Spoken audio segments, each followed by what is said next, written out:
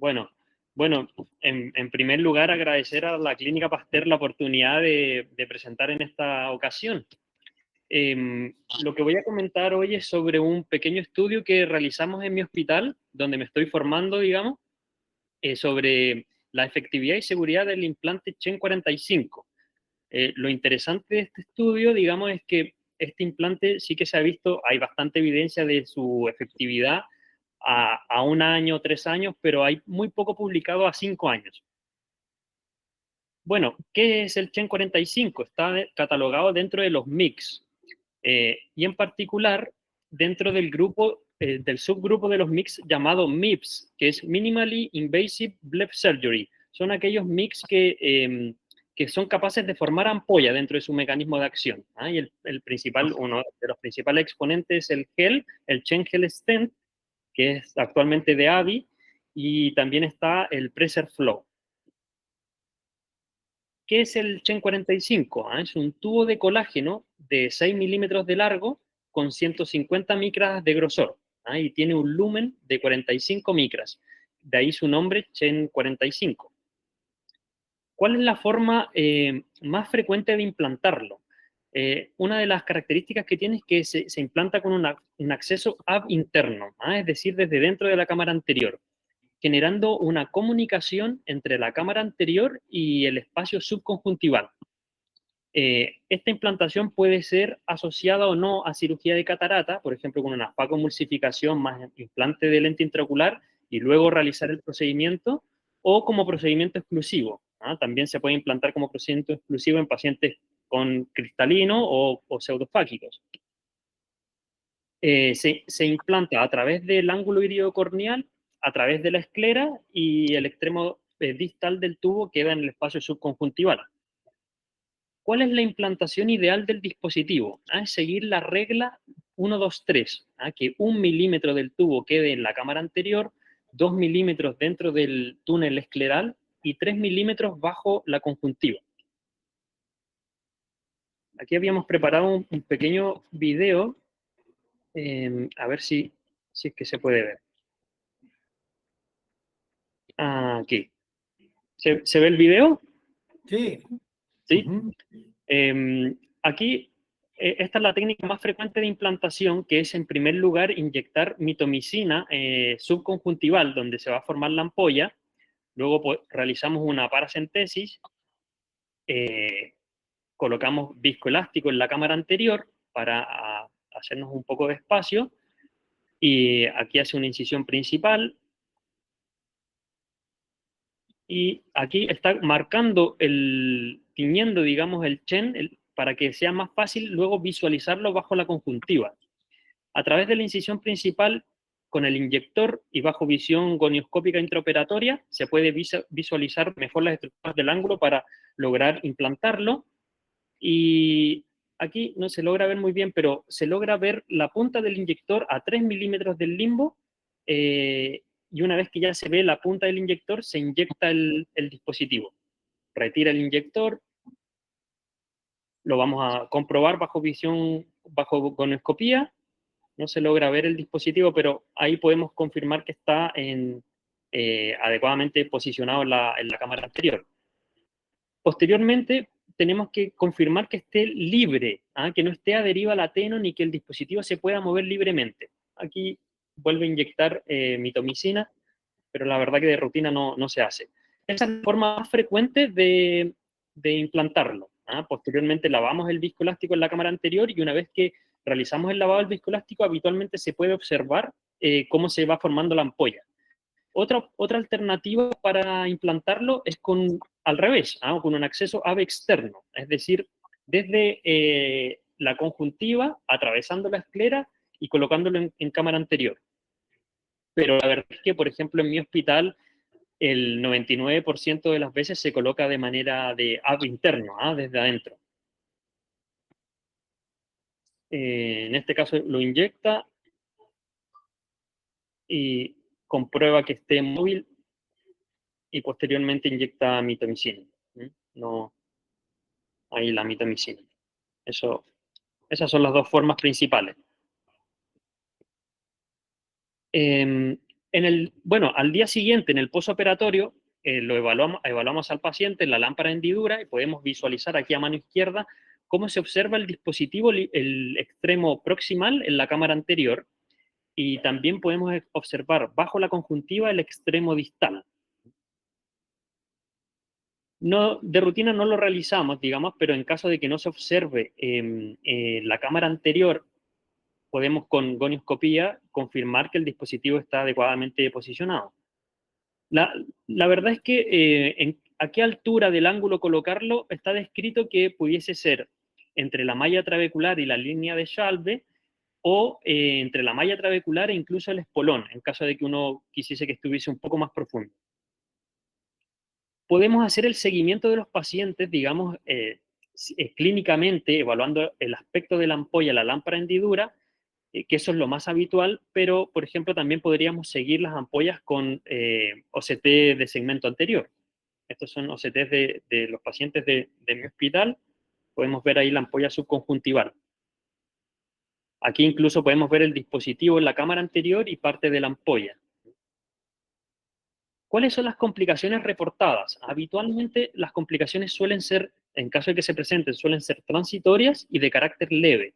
Está descrito que puede ocurrir ifema, habitualmente es microifema y transitorio, hipotonía, habitualmente transitorio y leve, puede haber Seidel, desprendimiento escoroideo, puede ocurrir la migración o exposición del implante, y realmente no es una complicación, pero puede ser necesaria una reintervención y hay que advertir al paciente de eso, que puede requerir un needling, es decir, liberar el dispositivo cuando queda fijo el latenon, o derechamente una revisión quirúrgica abriendo la conjuntiva y resecando tenon alrededor del implante.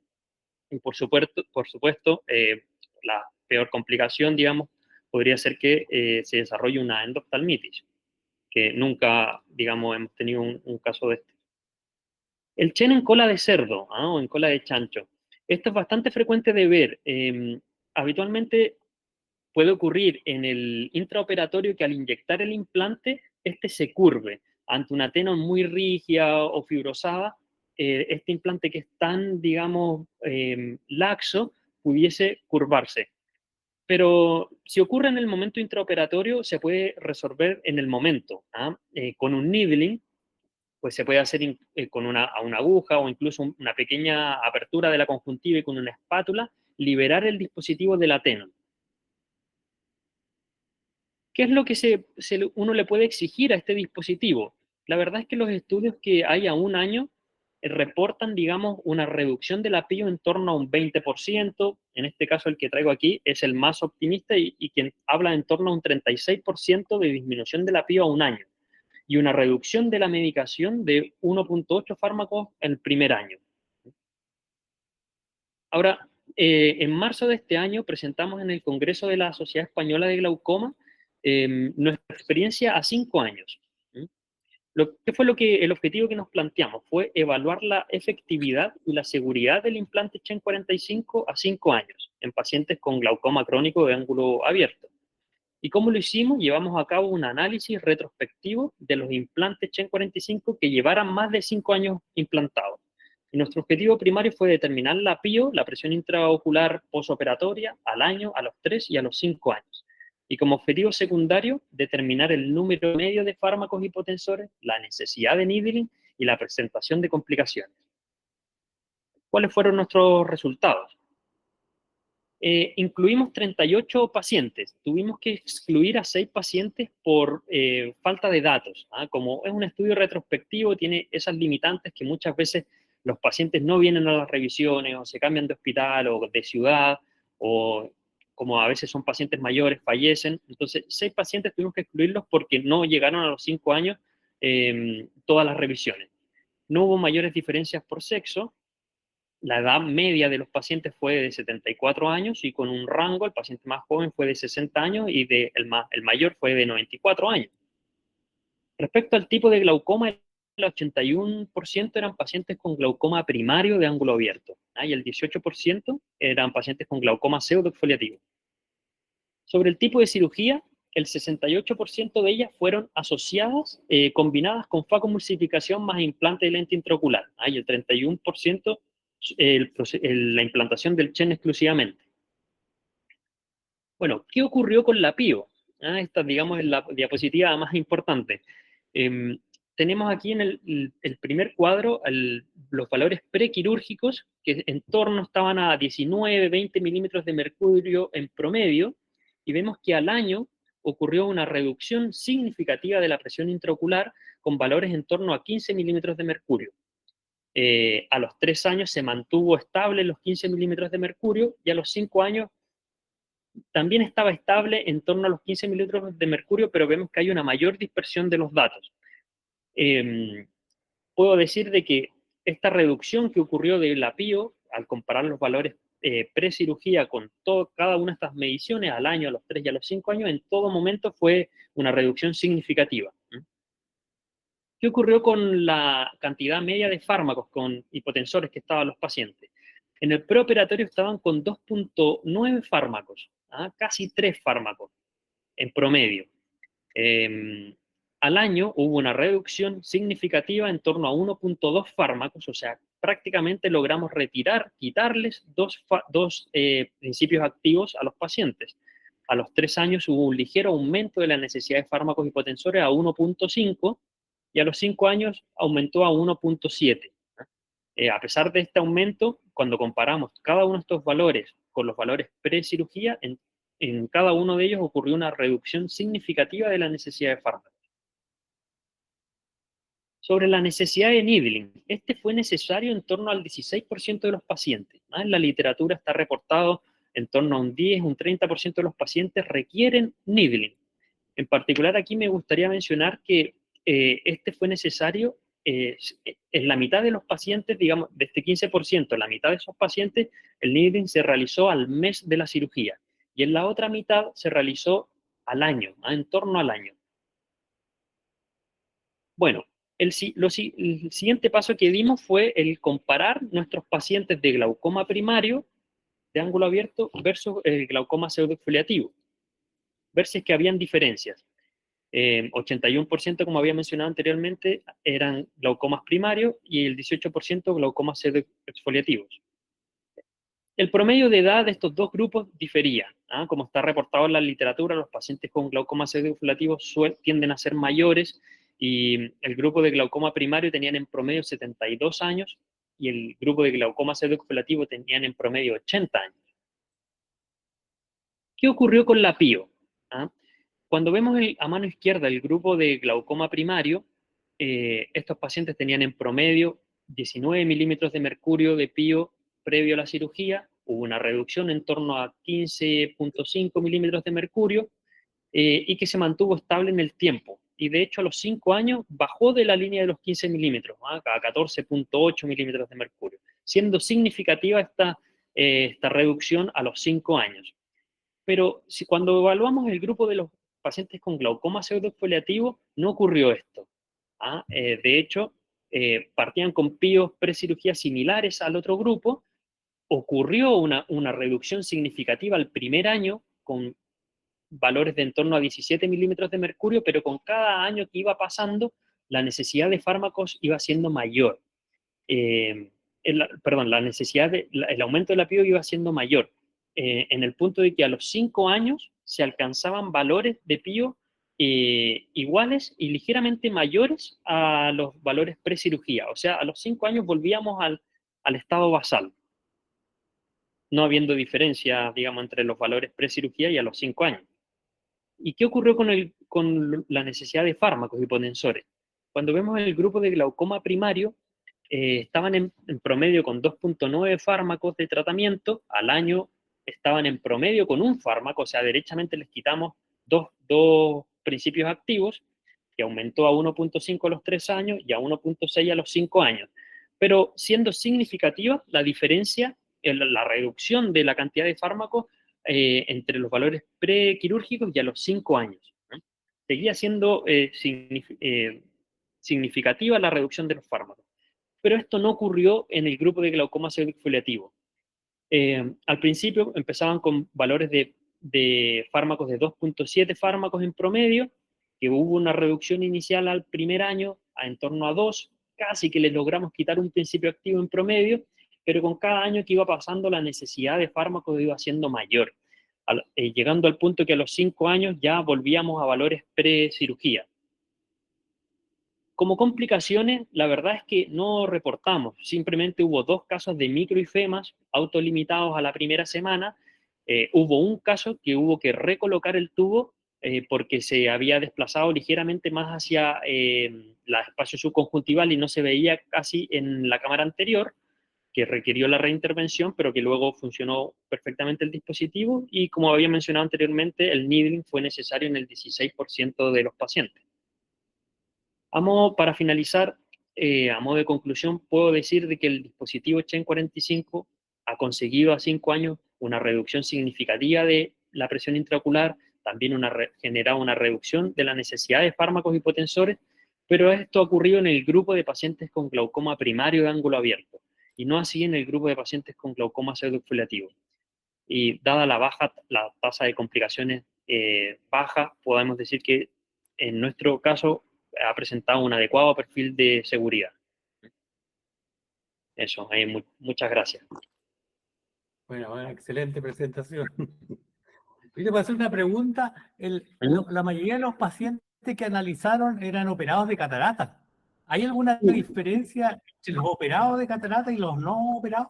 Sí, la verdad que hay distintos reportes. La gran mayoría de la evidencia dice que no hay diferencia entre asociarlo a la facomulsificación, pero hay un estudio publicado este año que sí que mostró que asociado a la cirugía de catarata los resultados eran menores, menos efectivos que implantarlo solo. Pero la verdad es que hay reportes para los dos lados. Y respecto de la curva de aprendizaje. Uh-huh. Hicieron una encuesta con cirujanos que habían implantado el Chen, y la verdad es que los cirujanos reportaban en torno a 6, 8 cirugías como las necesarias para adquirir la confianza, la confianza de realizar el procedimiento, ¿no? O sea, una curva súper baja. La curva de aprendizaje es súper baja.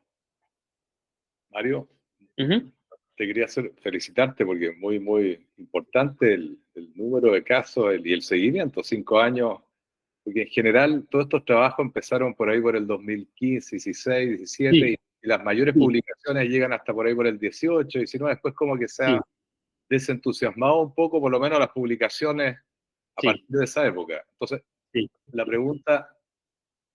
respecto a otra cosa, en varios trabajos muestran que la recolocación es más o menos porque migran, ya sea se sale, digamos, de la cámara anterior o se sale del otro lado, digamos, de la conjuntival, el compartimento subconjuntival. Entonces, hablan más o menos algunos casos de un tercio que migran, porque son estos tubitos que ustedes tienen re poco, un solo caso, por lo que tú dices. Sí, de que haya que recolocarlo uno solo, la verdad. Sí, bueno, mejor que otras publicaciones. En todo caso, la pregunta es, ¿cuál sería, a tu juicio, la indicación hoy día de estos dispositivos en base a la evidencia y las alternativas comparativas que existen? ¿Cuál sería el espacio de indicación adecuado hoy día? Ya sabemos que la pseudoexfoliación no lo es. Pero ¿en qué otros casos sí y en qué otros casos no y por ningún motivo? Sí. Yo creo que este dispositivo tiene un nicho que sería, por ejemplo, pacientes con glaucoma moderado, no muy avanzado. Digamos, yo no le exigiría a este dispositivo bajar, por ejemplo, la PIO y además quitarle 3 fármacos, sino que, por ejemplo, si tenemos un paciente que está en tratamiento con 1, 2 principios activos, con la PIO límite, y además tiene catarata, lo podemos asociar en el mismo procedimiento, aprovechar ese acto quirúrgico, quitarle la catarata e implantarle el dispositivo, y podríamos perfectamente dejarlo sin tratamiento tópico. Ese creo que es el caso ideal. Ahora, también en mi hospital se utiliza, por ejemplo, en aquellos pacientes muy mayores, pluripatológicos, que el anestesista pone problema para realizarle una anestesia perivulvar o se podría implantar en esos casos bajo anestesia tópica, disminuirle la carga de tratamiento tópico a este paciente pluripatológico. Creo que ahí también podría tener una ventana este dispositivo. Pero yo diría glaucoma moderado, con 1 o 2 fármacos y que tiene PIOs límites, ahí ese sería ideal. En términos de costo, el dispositivo, ¿cuál es o sea, cuánto cuesta un aparato Sí. en España? Yo lo preguntaba bastante y la verdad que la mayoría no sabía cuánto costaba. Le pregunté al representante y me dijo en torno a 960 euros. Ya. 960 euros con IVA, digamos. Sí, sí, sí. No, muy buena tu presentación, muy completa y con muy buen seguimiento, así que felicitaciones. Magallanes ahí, Valencia, Pastor, todo ahí unido. Todo unido, sí. No, muchas gracias por la oportunidad de poder presentar en esta ocasión. Esa es la palabra, porque yo estoy seguro que hay muchas otras preguntas de los especialistas en glaucoma. Se ofrece la palabra. Sí, oye, yo quisiera... Ah, no, adelante, Claudio. No, muy corto.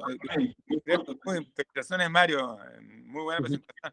Quería preguntar si hay algún estudio comparativo con dispositivos mínimamente invasivos que tengan menos de 45 micras de lumen. Es muy importante eso. Y la otra cosa es que me llamó la atención la frecuencia de glaucoma Lindbergh, por así decir, pseudofolativo, pero hay que definir los nombres de Lindbergh. En España, yo no sé si es tanto como eso, como un 20% teóricamente de los glaucomas que uno ve, o son selectivamente pacientes que no han controlado bien la presión. Esa es la pregunta, si ustedes ven mucho Lindbergh allá. Sí, la verdad que sí que es bastante frecuente.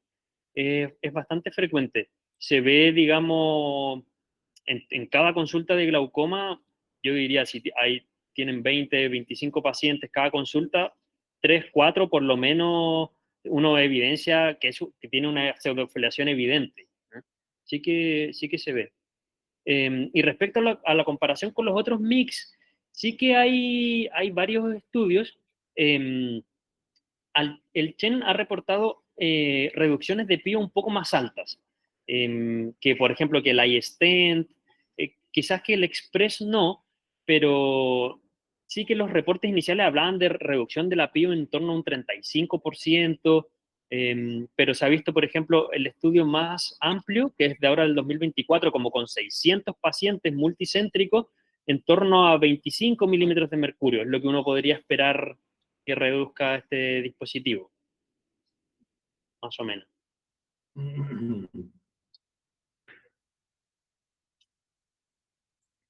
Germán. Quisiera agradecer también y felicitar a Mario por esta extraordinaria presentación. La verdad que es un tema, o sea, evidentemente es una técnica quirúrgica que agrega un gran valor a la especialidad, a la subespecialidad de glaucoma. Es bastante efectiva, obviamente, en algunos pacientes y bastante segura por lo que ya has visto. Es una cirugía de mucha precisión y la verdad es que produce un gran orgullo ver colegas chilenos que están repartidos por el mundo y que dejan tan en alto la calidad de la subespecialidad de la oftalmología chilena. Ahora, esperamos sí que Mario no se quede por allá y lo tengamos luego de vuelta para que siga mejorando la calidad de la oftalmología puntarenense, que agradecemos la verdad estar conectados con Punta Arenas. Creo que es una de las provincias que está mejor atendida, sin lugar a dudas, desde el punto de vista oftalmológico, y para nosotros, como digo, es un doble orgullo ver colegas chilenos jóvenes que dejan tan bien prestigiada la especialidad en el extranjero y obviamente que van a mejorar muchísimo la calidad de la atención en Punta Arenas. Así que te felicito y qué bueno que estés haciendo todo esto. Muchísimas gracias. Doctora Mercedes y Santiago, ¿habían pedido la palabra en ese orden? Está sin audio. Sí, hola, Ahí ¿qué está. tal? Bueno, yo quería decirles lo primero que no sé si vamos a dejar que Mario se vaya de Valencia, así que no cuenten con que va a regresar a Chile, porque estamos encantados con él en nuestro servicio. Y con respecto al dispositivo, quería, bueno, animarlos a que lo colocaran, porque la verdad es que como ya Mario les ha dicho, es un dispositivo muy, muy seguro y sobre todo tener en cuenta el tiempo quirúrgico. Un Shen lo pueden poner en 20, 30 minutos y claro, a lo mejor en un parte quirúrgico nosotros podríamos poner a lo mejor como mucho 5 o 6 traves o EPNPs, pero Shens se pueden poner muchos más porque prácticamente dura solo un poquito más que una cirugía de catarata.